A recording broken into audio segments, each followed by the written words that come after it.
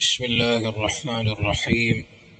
الحمد لله رب العالمين، والصلاة والسلام على خاتم الأنبياء والمرسلين وعلى آله وأصحابه ومن تبعهم بإحسان إلى يوم الدين. أما بعد، ایک صحیح حدیث ہے کہ امام مسلم اتی صحیح تا روایت کتا راوی عبداللہ ابن عمر رضی اللہ عنہما کہ آیک جلیل القدر صحابی اور حضرت عمر رضی اللہ تعالی عنہ فرزند ہیں. بیان کا کہ وجہ رسول اللہ صلی اللہ علیہ وسلم بیان فرمائیں بے شک میتا عذاب دیا گی وقتی کہ آئی زندگی مردم یعنی آئی وارث رشتہ دار آئی سرا بگرے ہوا یعنی آئی مرگا چران آئی بنا زینن تو کبکار و فریاد بکنا.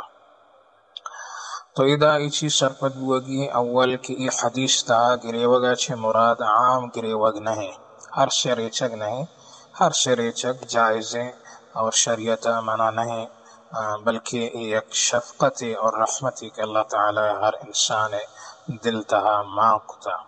اور واجہ رسول اللہ صلی اللہ علیہ وسلم ہم ہر سے مبارک میتا نسرا ریت کا اور واجہ ہر ریت کا.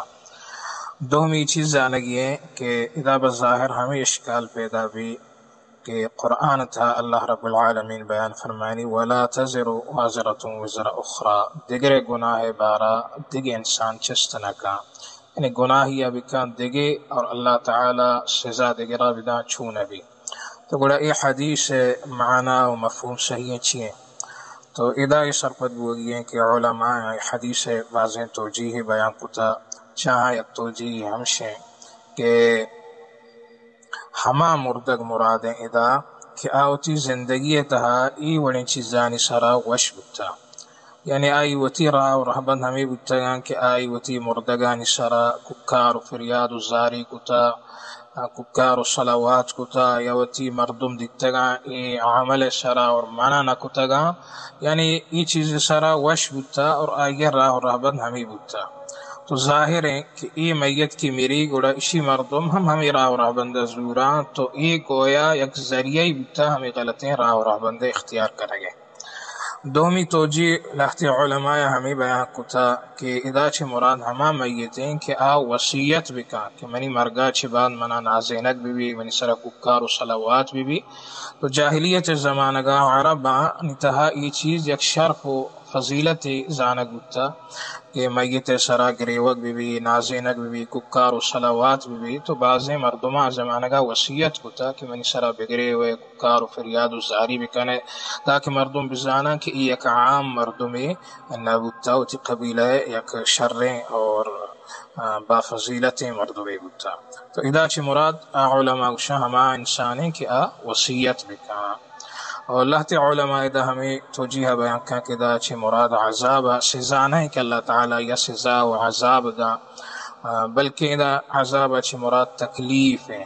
یعنی وقتی کہ میت مردم کرے ہوا تو گوڑا ہما میت یک تکلیف محسوس کا قبر تہا اور برزخ زندگی تہا نوشی محسوس کا. ادا عذاب معنی تکلیف و نوشی ہے، نوشی و تکلیف کیفیت چیئے اللہ تعالی بہتر بجا.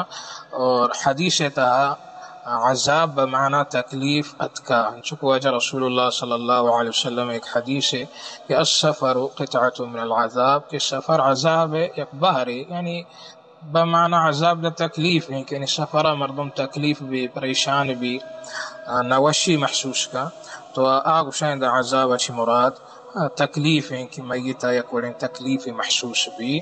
تو ادا ای حدیث اچھی مراد ہجبر این ہے کہ یک ہنچے میتے کہ آئی وطی راہ و رہبند ہم این بتا کہ میتانی سرا ککار و صلوات بکا، فریاد و زاری بکا، ککار و جاگ بکا، نہ آئی پشیں وصیت کتا.